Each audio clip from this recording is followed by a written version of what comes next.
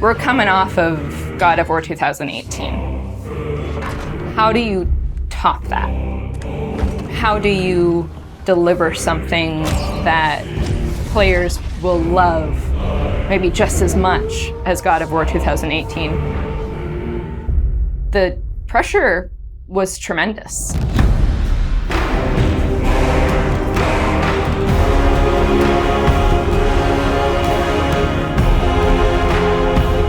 My name is Ariel Angelotti, and I am the senior producer for narrative. My name is Richard GOWR.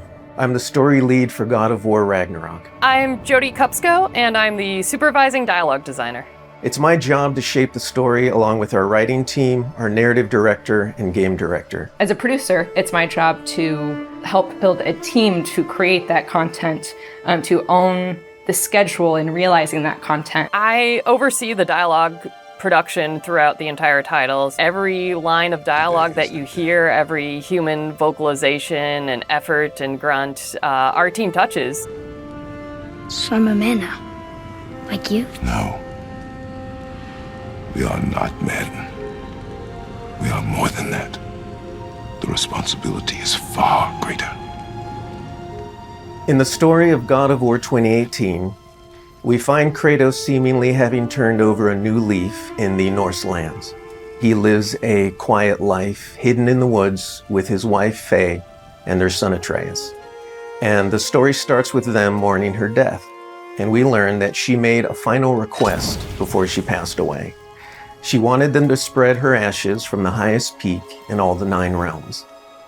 He's scared of being a bad father, a bad influence, and as a result, it's made him an absent father.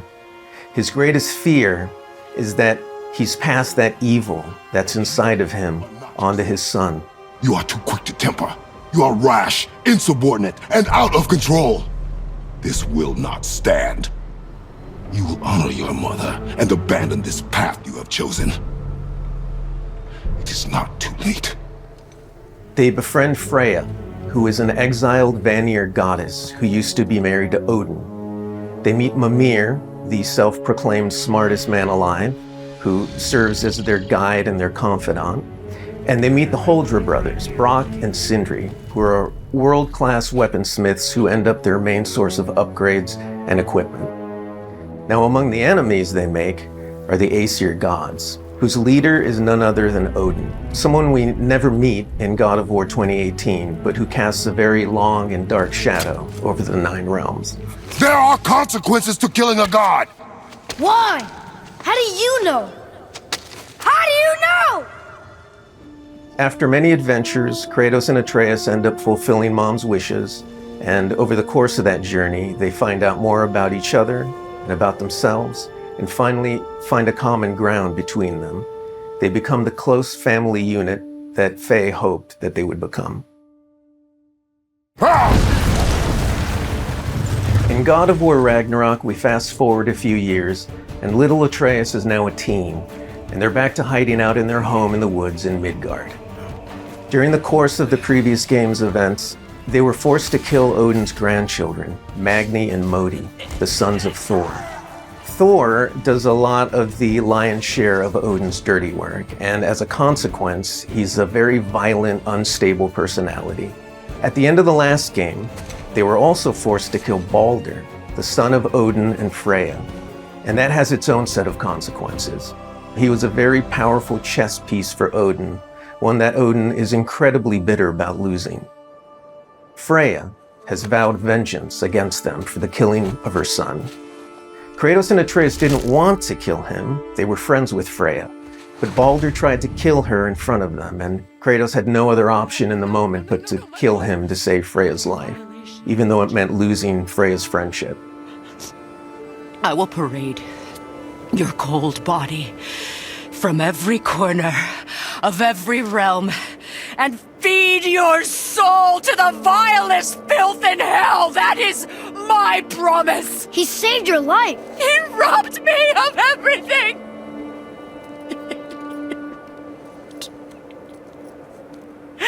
Everything.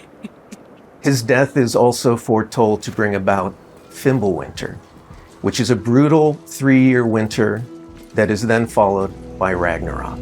It's an apocalyptic war between all the Norse gods, the giants, the dwarves, and the elves, and an army of the dead. They're all destined to fight in a battle that basically ends the world. Kratos is understandably worried about his son and what it means for him. You get to go on this journey with how Atreus grows into a young adult and how Kratos grows into his next era in his life, and really see kind of the parent that he's striving to be, but the person he's striving to be. I find that tale so incredibly relatable. We had started shooting plenty of content before the pandemic hit. In fact, the week before we all went work from home, we were doing a shoot. I remember being on and off that set, running back to the office and having to talk to studio leadership about what was going down and how this was going to impact us moving forward. And those were trying times. For us, it was a very unique challenge because we had to bring in actors and we had to record them.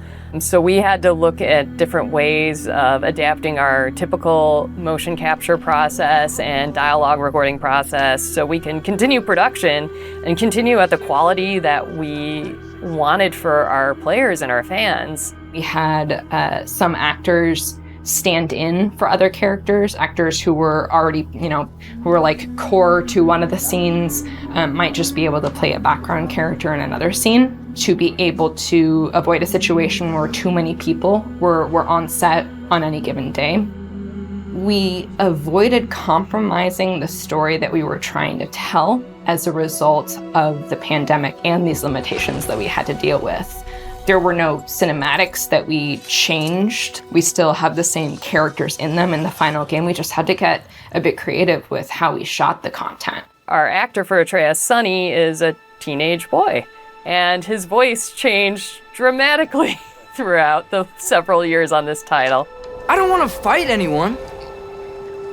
I just want answers. We had to go in and even out that performance so it sounds like it took place over a short period of time. That was a unique challenge on this one. The prophecies say Fimbulwinter leads to Ragnarok. War is coming. Whether the Norse saga was going to be a trilogy or just 2 games was something we debated a lot. There were obviously pros and cons for either approach. So we waited for Cory Barlog to weigh in, and he did, and he said, let's do it in 2. The consequence to that is, how do you wrap up the story in one game and do Ragnarok justice?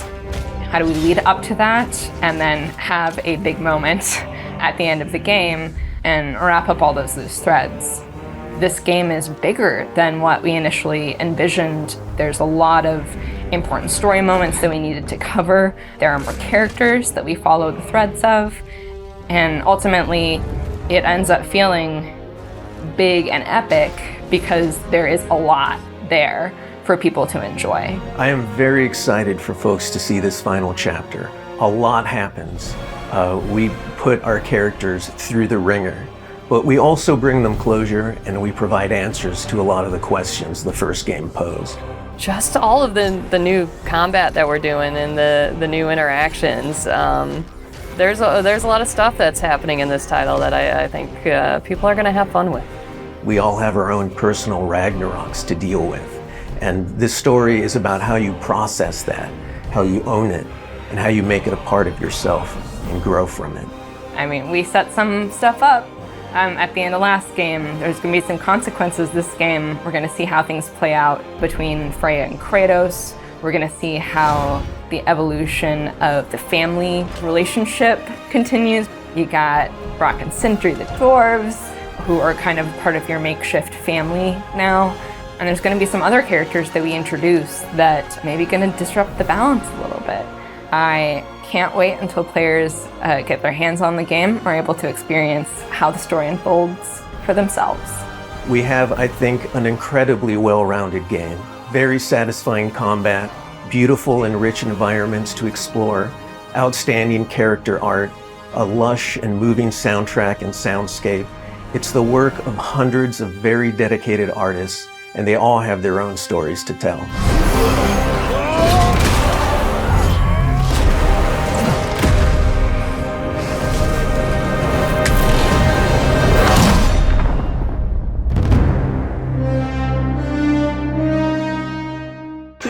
soul.